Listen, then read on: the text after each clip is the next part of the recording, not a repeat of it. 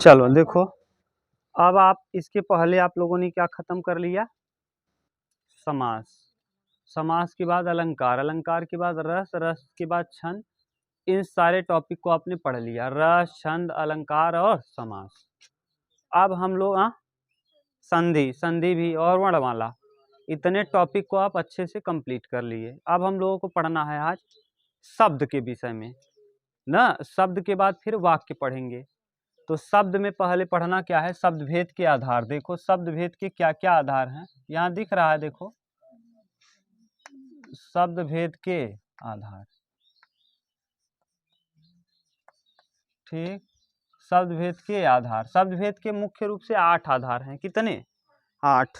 तो इन 8 को पढ़ना है। पहले हम लोग देखो मुख्य मुख्य पढ़ लेंगे। देखो पहला होता है उत्पत्ति के आधार पे। किसके आधार पे? उत्पत्ति के आधार पे 4 भेद होते हैं। उत्पत्ति के आधार पे कितने भेद? 4। तो यानी शब्द के उत्पत्ति के आधार पे कुल कितने भेद? 4। चारों का नाम क्या क्या है? तत्सम। पहला है तत्सम, तत्सम, तत्सम। उसके बाद दूसरा है तद्भव, तद्भव। उसके बाद तीसरा है देशज, देशज। और इसके बाद चौथा है विदेशज, विदेशज। ठीक, देशज, विदेशज। इसी में और भी पूछ लेता है कभी कभी, संकर शब्द और अर्ध तत्सम। क्या? अर्ध तत्सम, ये दोनों पूछता है कभी कभी। ठीक, तो सबसे पहला आधार क्या होगा शब्द भेद का?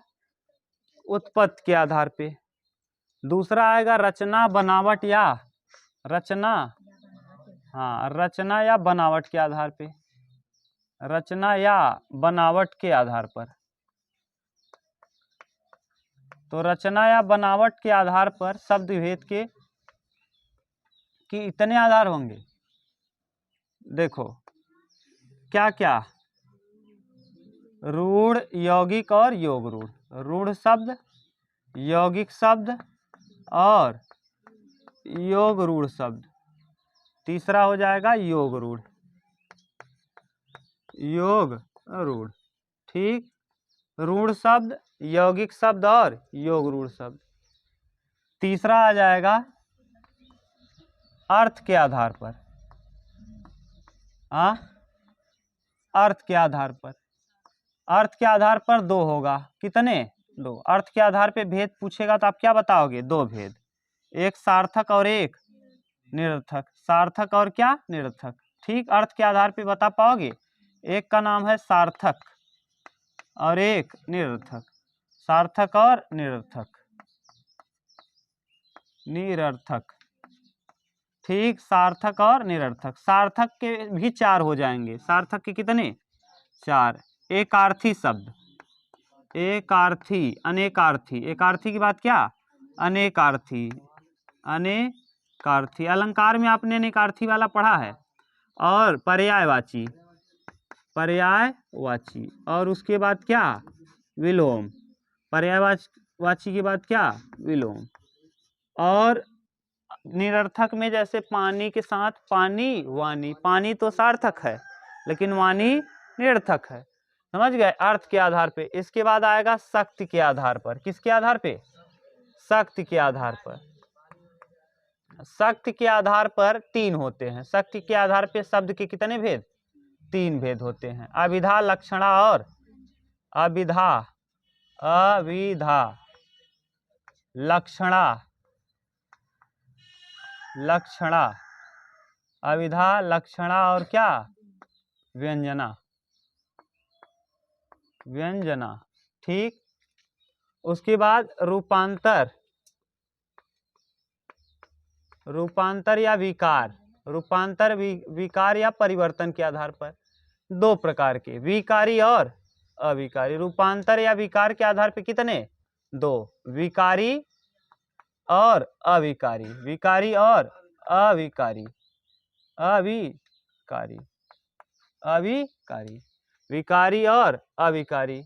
ठीक, और उसके बाद आ जाएगा किसके आधार पे, हाँ, प्रयोग के आधार पे। अब प्रयोग के आधार पे ना कहाँ से कहाँ तक लेके, संज्ञा से लेके समुच्चय बोधक तक, माने 8 पार्ट ऑफ स्पीच। कितने, 8 पार्ट ऑफ स्पीच।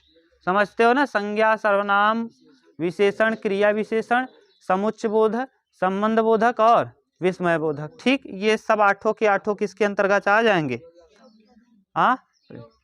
और इस विकार में यही प्रयोग के आधार पे इसमें 4 आ जाएगा। विकारी शब्द कितने, 4, और अविकारी कितने, 4। विकारी कौन कौन होगा जानते हो, संज्ञा, सर्वनाम, विशेषण और क्रिया। क्रिया, क्रिया विशेषण नहीं, क्रिया। ठीक, यानी विकारी में क्या क्या आ जाएगा, संज्ञा, सर्वनाम, सर्वनाम, विशेषण और विशेषण, और उसके बाद क्या, क्रिया। उसके बाद जो 4 बच जाएगा वो कहाँ चला जाएगा, अविकारी में। जो 4 बचेगा वो कहाँ जाएगा, अविकारी में। और शायद यही पूछा है प्रश्न इसी में देके कक्षा 10वीं में इस बार शायद, कि अविकारी, इसमें से अविकारी कौन है। एक दिया था नाम, शायद गाय का नाम दिया था, गाय का नाम है क्या, संज्ञा। आप दिया था, सर्वनाम है। विशेषण भी दिया था, कोई रंग वंग दिया था, और एक क्रिया क्रिया नहीं दिया था। इसमें 3 दिया था और एक इस वाले का दिया था, तो उसी को पहचानना था। यथासंभव था क्या, शायद, अब पता नहीं, देखना हाई स्कूल का पेपर इस साल का मिलेगा आपको। ठीक, तो यानी उत्पत्ति के आधार पे, रचना या बनावट के आधार पे। उत्पत्ति के आधार पे कितने भेद, 4। शब्द भेद के कुल आधार यहाँ लिख दिए हैं। उत्पत्ति के आधार पे 4, तत्सम, तद्भव, देशज, विदेशज, और संकर, कभी कभी संकर और अर्ध तत्सम इसी में आ जाएगा। इसके बाद आ जाएगा रचना या बनावट के आधार पे। तो रचना या बनावट के आधार पे शब्द भेद के कितने आधार, 3 ना। कौन कौन, रूढ़, यौगिक और योग। अभी आप यूज करते आए हो शब्दों को, लेकिन जानते नहीं हो। आज समझ जाओगे कि जो शब्द हम यूज करते हो कहाँ से उत्पन्न हुआ है। ठीक, इसके बाद आ जाएगा अर्थ के आधार पे 2, सार्थक और निरर्थक। सार्थक अर्थ किसे, जैसे एक अर्थी शब्द हो जाएगा, अनेकार्थी शब्द, पर्यायवाची और विलोम। जैसे आंख का अक्ष, अक्षी माने क्या होता है, आंख। चक्षु माने, नयन माने आंख, तो ये सब क्या है, लोचन माने आंख, तो पर्यायवाची हो गया ना।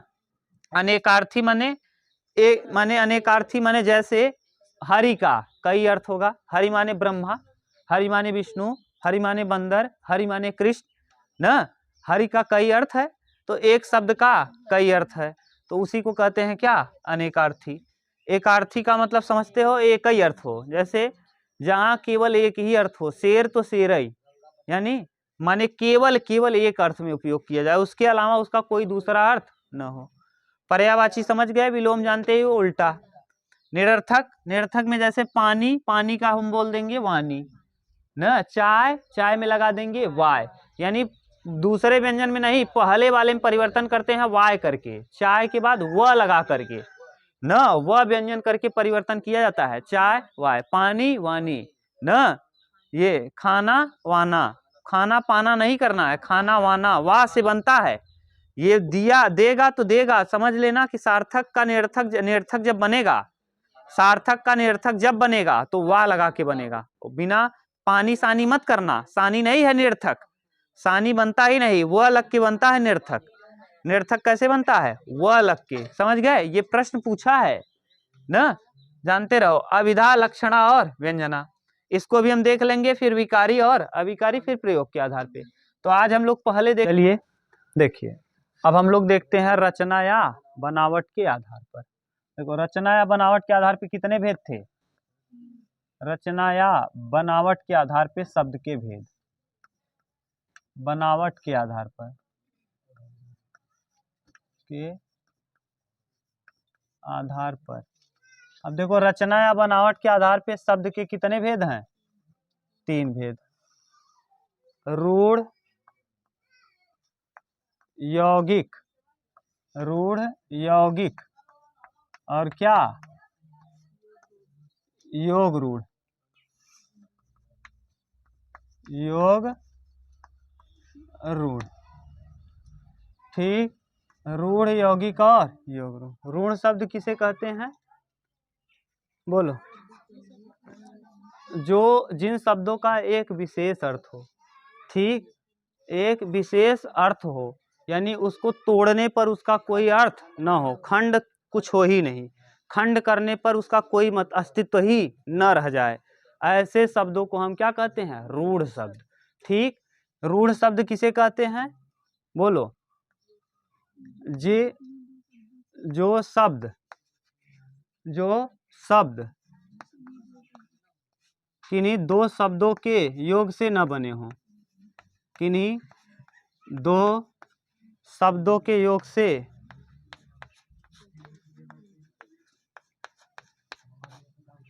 से न बने हों,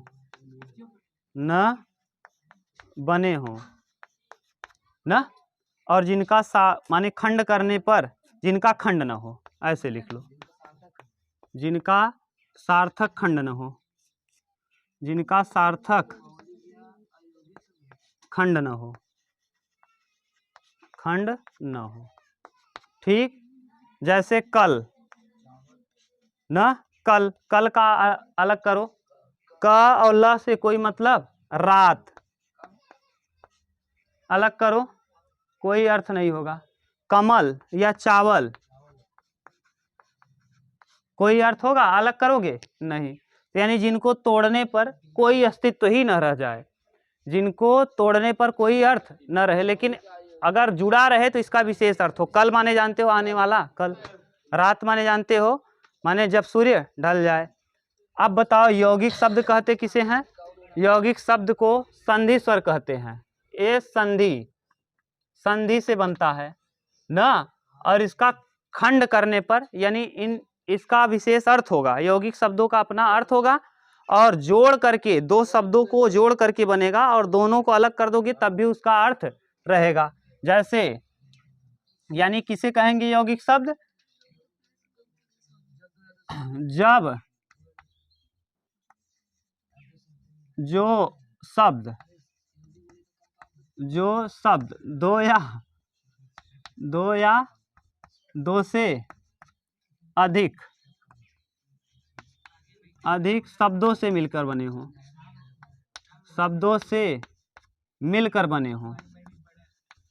मिलकर बने हों, तथा खंड करने पर, तथा खंड का भी सार्थक अर्थ हो, उसे क्या कहते हैं? यौगिक। जैसे विद्यालय, विद्यालय माने विद्या जहाँ ग्रहण किया जाता है वो घर। अब देखो दोनों को अलग करो, अलग हो जाएगा। विद्या का भी अपना अर्थ है, और आलय माने घर, तो यानी देखो दोनों का तोड़ने पर भी इसका अर्थ है ना, तोड़ने पर भी इसका अर्थ है। जैसे राजपुरुष, राज और राजा का राजपुरुष ना, और जैसे लिख दें पंख, राजपुरुष के बाद देवदूत, ठीक। देव और दूत अलग कर दोगे, देव का भी अपना अर्थ रहेगा, दूत का भी अपना अर्थ रहेगा, जोड़ोगे तब भी उसका अर्थ रहेगा। यानी अलग कर दो तब भी अर्थ रहे, और जोड़ दो तब भी अर्थ रहे। तो ऐसे शब्दों को हम क्या कहते हैं? योग रूढ़, यौगिक शब्द क्या कहते हैं? और योग रूढ़ किसे कहते हैं? यह प्रायः रूढ़ शब्द ही होते हैं ना, ये यौगिक शब्द ही होते हैं, लेकिन इसका विशेष अर्थ होता है। इसका क्या होता है? विशेष अर्थ। जो शब्द अलग अलग शब्दों से मिलकर बनते हैं और विशेष अर्थ को प्रकट करते हैं। किस अर्थ को करेंगे?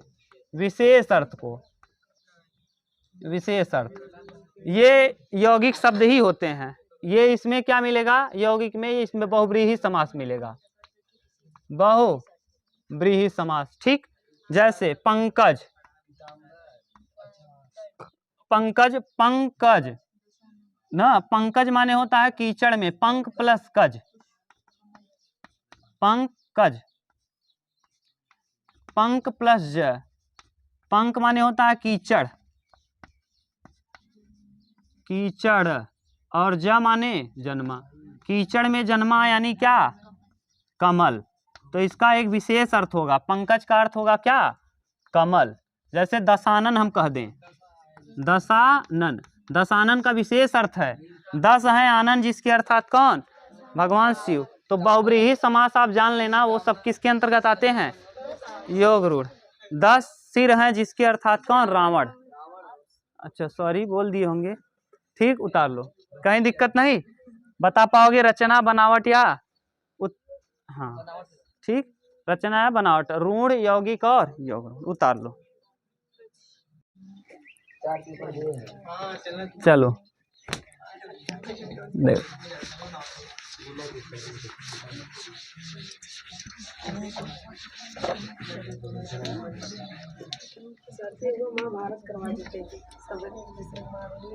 चलो देखो, अर्थ के आधार पर, अर्थ के आधार पर, अर्थ के आधार पर वेद, ठीक। अर्थ के आधार पे आप देखेंगे तो एक होगा सार्थक और एक होगा निरर्थक। सार्थक और निरर्थक, अर्थ के आधार पे शब्द के दो भेद होते हैं, निरर्थक, ठीक। अब सार्थक किसे कहेंगे, निरर्थक। निरर्थक माने पहले निरर्थक समझ लो, सार्थक माने जिसका जिसका कोई अर्थ हो, ऐसे शब्द जिनका कोई सार्थक अर्थ हो, ऐसे शब्द जिनका कोई सार्थक अर्थ हो, उन्हें हम सार्थक शब्द कहते हैं। जैसे इसके अंतर्गत आ जाएगा 4 पर्यायवाची, पर्यायवाची, विलोम, विलोम, विलोम, एकार्थी, एकार्थी, और क्या, अनेकार्थी, अनेकार्थी,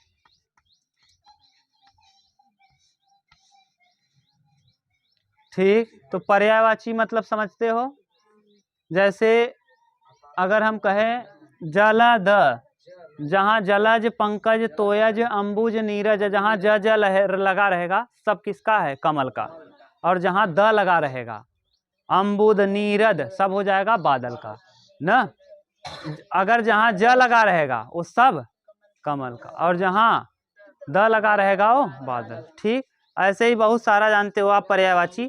पर्यायवाची जानते हो, पर्यायवाची पढ़ना, विलोम उल्टा, विलोम उल्टा, अस्थावर का जंगम, अस्थावर का जंगम, जय का पराजय, आप जानते हो। एकार्थी माने जिसका एक अर्थ हो ना, केवल और केवल एक अर्थ हो, ऐसे शब्दों को एकार्थी। जो भी आप पढ़ते हो, जैसे बादल हम कहें, शेर कहें, चीता कहें, इसका केवल एक अर्थ है। हाँ, अम्बुद,